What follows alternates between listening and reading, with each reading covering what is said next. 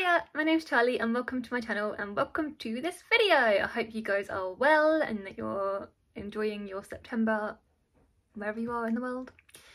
It's been a little while since I've done like a wrap up on my channel. In fact, I can't even remember the last time. I don't tend to really do them as much anymore. I prefer normally just like doing my reading vlogs. I did obviously do one of those in the summer, so if you didn't see that and you want to like still relive those summer days, check that out. I'll link that in the description. So yeah, I have actually started reading a little bit more now. So far it's the 24th of September as I'm filming this, and yeah, I've actually read 12 books. Quite a few of those are short books, and so in terms of pages I've only read 2,340 pages, which, you know, I still think that's what's been a lot more than what I have done in previous months. So yeah, I'm going to run through it, like some of the stats first actually. So yeah, so I'm going to show you my Storygraph stats because I think they're quite interesting. Like I always find it interesting when people show them. So far the books I've read so far this month have been 83% prints, 8% audiobook and 8% digital, according to my story chart thing. My average star rating is 3.79, which is definitely gone up from previous months, because I think like last month I think it was my average star rating in August was 3.39. So I'm definitely, like, in terms of enjoyment, I definitely feel like I'm enjoying my books a lot more now.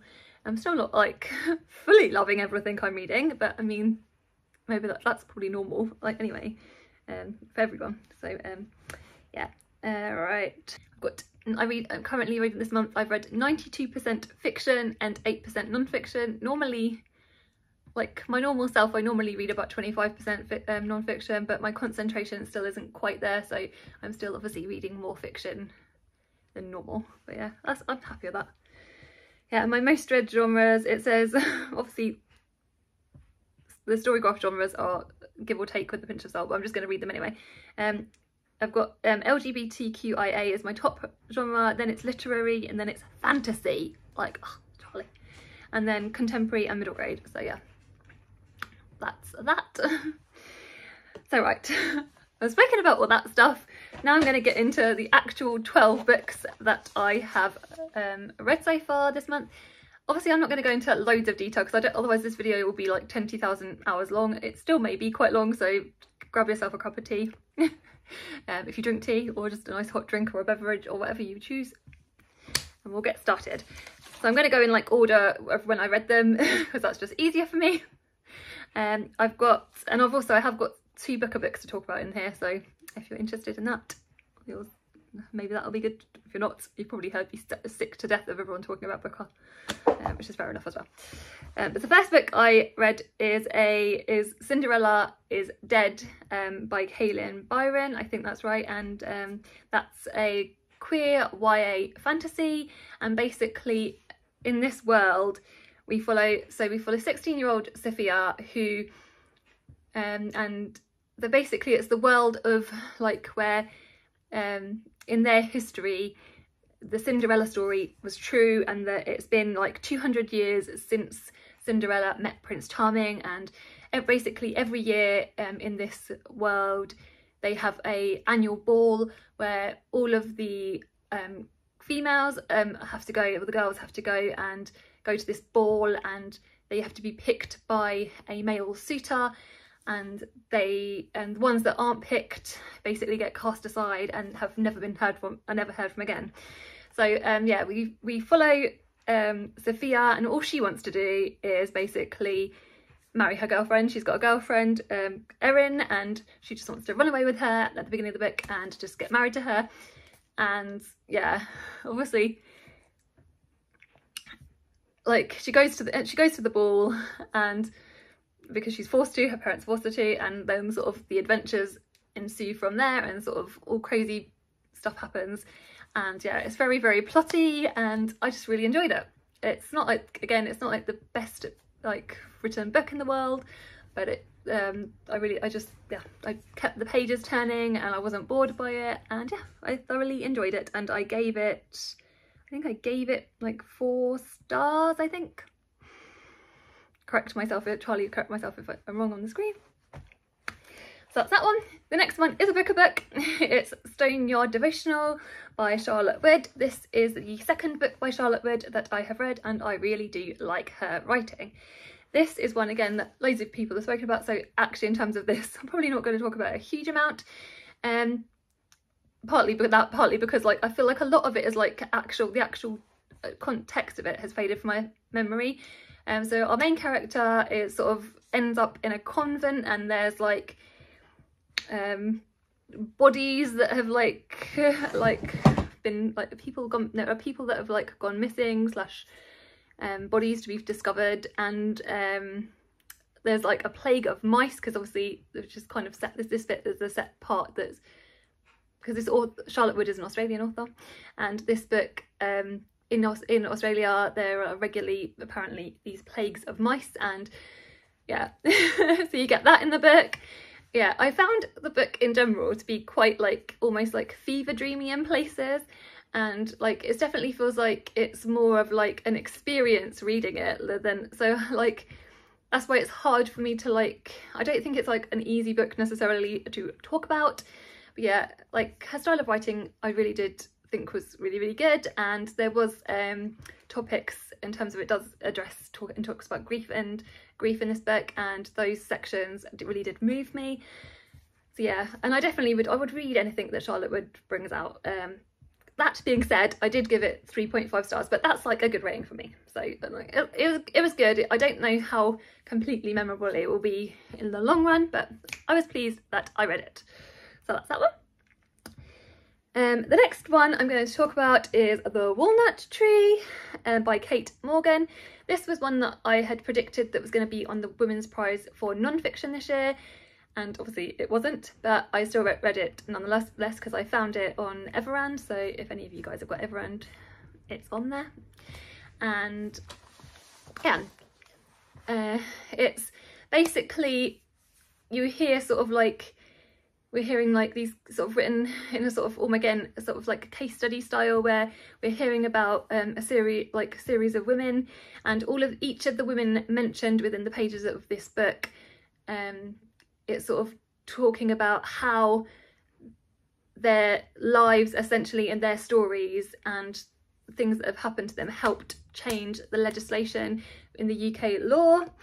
So and sort of yeah, I just thought it was really interesting in the way it's done. It's sort of obviously there's a bit that even talks about obviously the stories of like the Jack the Ripper case, so that's also sort of touched upon briefly more towards the end actually of that, but that's like another case sort of that's kind of included in it.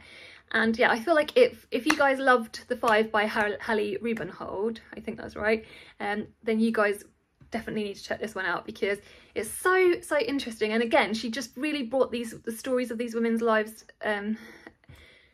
she really brought them to life, and obviously made these real life people, I'm not going to say this very well, but it's basically kind of like The Five, but how you feel like you get to know these characters, obviously these real life women, you feel like you really get to know these women, and it's very brutal. Obviously the things that have happened in this book, because the subtitle of this book is Women, Violence and the Laws, and basically obviously you're hearing about really brutal things that have happened to these women. But yeah, I just think it's so interesting and so important, and yeah, so I recommend it, and I gave it 4.25 stars. So yeah that's that one. The next one I read is one I read for Shorty September. I'm trying to think of the other ones I read for Shorty September. I probably would say Stoneyard Devotional potentially could have been a shorty. But yeah, so I read Guards by obviously Terry Pratchett. This was the illustrated version.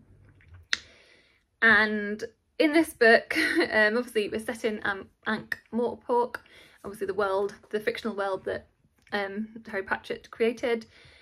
Sort of, that's a fictional city. Anyway, either which way, so we're in this world, and basically in this story there is like a big fire-breathing dragon that's sort of taken over the city, and yeah, and it's basically the job, it goes down to the job of the Night Watch team to sort of deal with this dragon, and there's a whole cast of characters that are included in this, and yeah, it's just a very fun sort of, again, plotty book. This book, incidentally, is my friend Jack's favourite from Terry Pratchett, and yeah, I can see why, but I think the problem for me is, obviously I read this with reading the graphic novel before having read the main story. I think was probably an error, because there's so many details that it's so heavily condensed, obviously to fit the format of the graphic novel, that it you're definitely, like, I definitely felt like I was missing huge chunks of plot, and I didn't really feel like it got under my skin as much as the other books by Terry Pratchett have. So yeah, I definitely need to listen to the actual proper audiobook, the full audiobook of this, in order of Guards, in order to sort of appreciate it better. That's the only thing. So as a result, I gave it 3.5 stars. I liked it, but again, yeah, needed like more from it because of the nature of what it is. That's not the book's fault. The next book I read was People from My Neighbourhood. This is another one for Shorty September, and I read it, and it's by Hiromi Kawasaki. I have read some other books by Hiromi Kawasaki, and off the top of my head I can't remember which ones, but I have read. So this was like a little tiny book, and it's short stories. I read this for the September's Read Good prompt this month, by obviously run by Ben, obviously the lovely Ben. And yeah, this short story collection, if you can call it that, yeah, I didn't like it. I really didn't like it. I don't know what exactly was wrong, but I didn't like any of the stories within this collection. I just felt very distant from them. I felt like they were very like, I just didn't like any of the characters. I just didn't like it. I don't know, actually nothing about this I liked at all. I'm being really harsh. So yeah, it just wasn't one for me. And so I gave it 2 stars. I still actually with hindsight, I feel like that's probably a little bit generous. I probably need to take that down a notch. But obviously, like, Hiromi Kawasaki can write, but just this, I was just like, no, nothing about it I liked at all. So yeah, maybe that needs to go down to 1 star. I don't normally do that, but hey ho. You might like it if you like short stories. Yeah. So the one after that, the next book I read was Cecilia by Ming Chang. This was one that my lovely friend Gemma from Gemma Books gave me, and yeah, so this one, yeah, this book is quite something. And so basically our lead character of 7 is basically about like her obsession with an ex-girlfriend, Cecilia. And I remember like finishing this book, and like basically the takeaway I had from it was there was just a ton of piss mention and a ton of slugs. So piss and slugs, and yeah, it's just and like obviously it's about obsession and desire, and it's kind of like very fever dreamy, similarly obviously in a very different way to Stay Not Devotional. And it's a sort of like thing where it's like you don't want to, it's like there's all this stuff happening on the pages, which again I don't want to like spoil too much, but it's like all this stuff that you're reading from her thoughts, because it's very introspective as well. You're obviously hearing a lot from Seven's like in Seven's head, and yeah, it's just like that thing of where you don't want to look at something, but then you kind of like want to look and you can't stop looking. It's that kind of like awkwardness, but at the same time I found it something about the book very compelling. It's just so weird. So if you've read Cecilia, let me know your thoughts, because yeah, it's very uncomfortable, it's very unsettling, but I did kind of like it in a really weird way. So I gave that book 3.75 stars. So yeah. So yeah, I would actually recommend it, but obviously you'd have to be okay with the piss and the slugs, like as a preface. Yeah. So from that, I'm going to move on to The Deep by Rivers Solomon, and I have read, again, a few books by River Solomon. I think I've read, what are the other ones? I've read a few books by River Solomon before. I think two of the previous books. Either which way, and I've loved everyone. I feel like River Solomon writes books that on paper, like, they shouldn't be me books, but they always are. Like, completely their writing style is a very, very, it's just very me. Something about it I just really, really love. Yeah, and anyway, in this book, this is a genre bending book, because it's sort of like speculative fiction, it's sort of fantasy, it's sort of, there's a few different like things it hits, and it's also sort of like there's some sort of like historical kind of like references in here as well, which I'll get onto in a second. But basically we follow Yetu. Our main character is Yetu, and basically like every generation, I think it's every generation, there is, so it's set under the sea, in the ocean, and there are these, like, I think it's like, how do you call them, like mer people? Anyway, those kinds of people, and one, like, a person is picked, I believe maybe they're females, either which way, but they're picked, one generation of person, there's a person gets picked, and they get endowed with, I don't know, not endowed, they get given this thing called the history, and basically that person then has to carry basically they have to hold the memories and basically the previous like traumas basically of all the generations previously. So it's like all this like generational trauma goes into this one like person, and they have to hold that's their responsibility basically. And obviously that's a huge responsibility, and it weighs heavily on Yetu's soul, and it's just it's basically everything. They feel like it's everything they are, and it's come to a point where where they are in their life, they feel like they don't know who they are without the history within them, and I think they just want to, in some ways they just want to escape that feeling and that weight of the responsibility of it. Yeah, I just really, really love this book, and so anyway, so basically, I don't want to do spoilers, but basically there is a romance that happens within this book as well, and it's sort of the relationship in this book I just really, really loved, like the characters, I just love this so much. And I just think it's so clever the way it talks about, like, again, these heavy themes.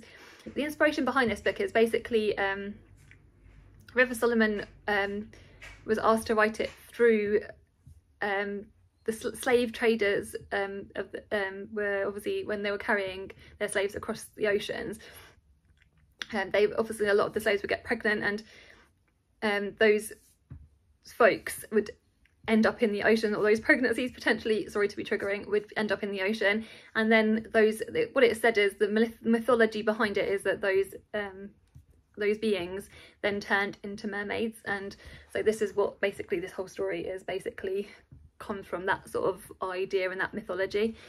But yeah, it's just so beautifully done. Again, I love River Solomon's writing.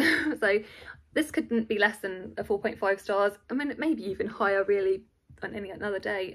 Yeah, I just really, really loved the writing. It did take me a little, actually the reason it's not higher is because I think it did take me a minute to sort of get into the book initially. I found like the first like little bit, few pages, I wasn't quite in the flow of it, but yeah, as soon as I got into the reading rhythm of it, I got carried away with the plot and the writing, etc. Just yeah, so yeah, that's that. The next book on my list I'm going to talk about is Moses Ascending by Selvon. This is it's kind of like a loose sequel to The Lonely Londoners by them, which was their like previous book. And in this book we follow the aforementioned Moses, and it's sort of after the events of what's happened in the first book. And Moses, it's kind of like, plot is kind of obvious when you hear the title, obviously. Moses has become a landlord, and basically he's sort of trying to change the system, because obviously this is sort of Sept, like obviously the time when a lot of Caribbean folks was coming over to the UK, and obviously there's just a load of and he in the first book, he's obviously, him and his friends have encountered, it's all that they've encountered, and in this book he's become a landlord and he wants to change the system, and basically he wants to allow a multitude of different kinds of people to live and to be able to rent his houses, because obviously people at that time, as soon as they found out that there were immigrants, a lot of immigrants weren't allowed to obviously rent houses, so obviously, which was obviously horrific. So yeah, that's pretty much it. You do, like Sam Selvon's, the way Sam Selvon writes character is, I really enjoy his writing. I feel like the only thing with this book is that I didn't, like, for me, I did really like it, don't get me wrong, I did really like it, but it didn't like quite reach the heights of The Lonely Londoners for me, but it's still like, I still really enjoyed it, so it's still a 3.5 stars, and I would recommend this one. So yeah. Right, moving through them.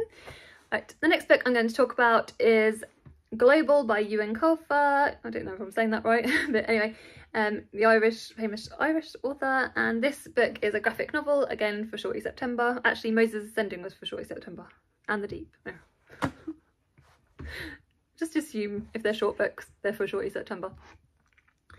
And anyway, in this book we follow Yuki and we follow Sammy, and so they're both, basically these two characters are in polar opposite climates, literally. We follow Yuki, who is in like Nova Scotia and in like this colder climate, and she is going on this mission to try and find a growler bear, and which is like a polar bear crossbreed, and it's sort of this mythical creature obviously in her world, but it's, yeah, basically this book talks all about climate change and the climate crisis, and yeah, and so yeah, so we follow Yuki, and then also we follow Sammy, who lives in like this fishing village, and with his granddad, and it's obviously the ocean and about the ocean's levels rising. It's sort of talking about that bit with him. So yeah, it was a good book. Yeah, I gave it 3.5 stars. Maybe with hindsight it could be 3.25. Doesn't really matter, I don't know. It was good, yeah, and it was like the important topics it's talking about. Right, the next book I read was a picture book, because I haven't read a picture book for a long time, and this was the dictionary story. I can't remember who the author is. Is it something Jeffers? Brain is all going funny. It's a really famous author. It'll be on the screen anyway.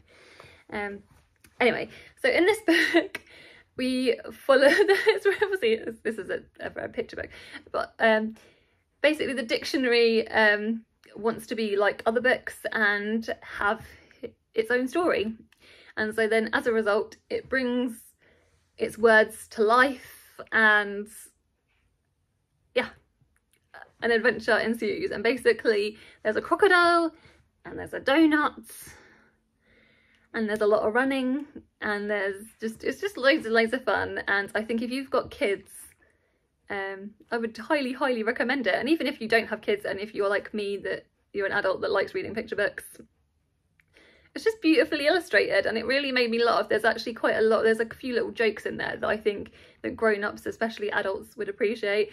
So yeah, you need to like because there's a bit where with the donut where he gets very scared, and he as a result drops a load of sprinkles.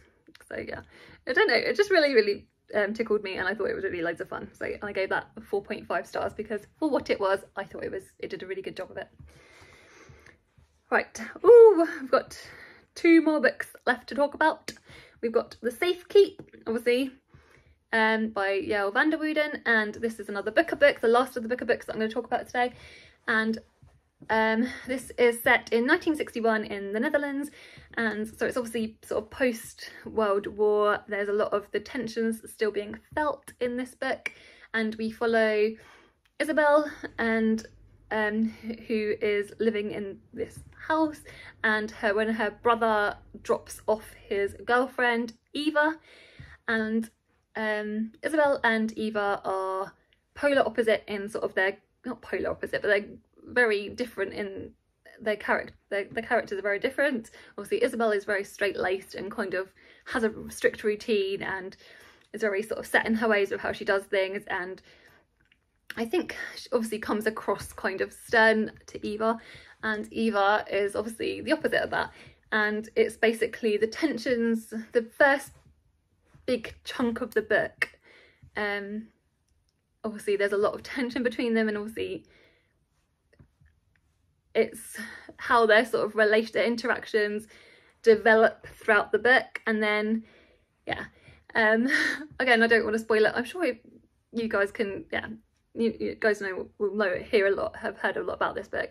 I really enjoyed this book, but for me the best bit about it was chapter 12. So if you've read it, this book, and yeah, let me know, was chapter 12 your favourite bit? Because that's where the narrative shifts a lot, and this is not a spoiler, but yeah, there's a diary, that's a diary entry chapter, and the writing in that diary bit I just loved. That was like a 5-star chapter. I don't think the rest of the book for me was a 5-star, as I will tell you, because I gave the book, what did I give it? I think I gave it 4 stars, because the rest of it, like, I liked. I mean, again, that might be a little bit harsh, but I wasn't like completely blown away by the first section, even though I think with a reread I probably would enjoy it more for obvious reasons. If you read the book, you will understand. But yeah, that chapter 12 was just the best bit of the whole book, and yeah, the rest of the book was really good, and I definitely want to reread it. But yeah, chapter 12 was really good. Yeah, I would recommend that book. Yeah, and I can see why it's been shortlisted. Although, like, at the beginning of the book, reading the beginning of the book, I was like, wow, yeah, it's crazy, because it's so different from a lot of the other books on the list. But there's nothing wrong with that. Right, the last book I'm going to talk about, lastly but not leastly, is The Night in Question by Susan Fletcher. Originally, I got given this, or requested this, as an ARC from NetGalley, but I couldn't read it in time before it vanished from my thing, even though now I know, side note, I do know how to download it properly onto my Kindle, so at least that's one good thing. That won't happen again now. But yeah, but I saw it when we were out and about. We were on holiday, and I saw a second-hand copy of this book at the National Trust places, and so I picked it up, and then also subsequently found that actually there's an audiobook available on Everend, which actually I recommend the audiobook because the narrator is amazing. She's this very quaintly British lady, and the way it's narrated, the voice obviously fits perfectly with the book. And so obviously I will tell you, so in this book we follow 87-year-old Florrie, and she's living in this old people's home when, sort of quite early doors in the book, something happens to one of her friends, and there's sort of and she doesn't believe the thing that happened. Florrie doesn't believe that the thing that happened was an accident, so she sort of like is on a mission to sort of uncover what's gone on, how it's gone on, etc, etc. And whilst you're going through the book and you're uncovering the mystery of what's happened with her friend, you also are discovering all about Florrie, and you hear all about her life. And yeah, this book does come with quite a lot of content warnings, so if you guys want to know what they are, message me, or I can tell you, direct you to Storygraph, etc. But yeah, there was a lot of heart to this book, and yeah, I just think it was very difficult in places, I'm not gonna lie, because there were certain things in there that really did trigger me. But yeah, I think that it's one that more people should be reading, and it was one that I was definitely pleased that I had read. So yeah, I gave that 4.25 stars for reflection. So those are all the books I read. In terms of my favourite from the whole month, it's obvious it was The Deep by Rivers Solomon, because I just love that book. I would reread that book in a heartbeat, for sure. Let me know what books you guys have been reading, what books you've been loving, and in terms of what's coming up on my channel, so the next video next week will be my Victober TBR. Then today, as I'm filming this, Yes, me and my lovely friend Charlie have actually been filming this morning together, and we had so much fun. So there's going to be a few like autumny books, and that's going to be coming out the week after my Booktober TBR. So I think it's like the 9th of September, no, not September, the 9th of October, I think. Those videos will be coming out. Obviously, keep an eye on the community tabs and keep an eye on Charlie's videos, Charlie's channel. Keep an eye on Charlie's channel as well, for all that stuff. But yeah, I hope you guys are well. Take care, and sending you guys lots of love.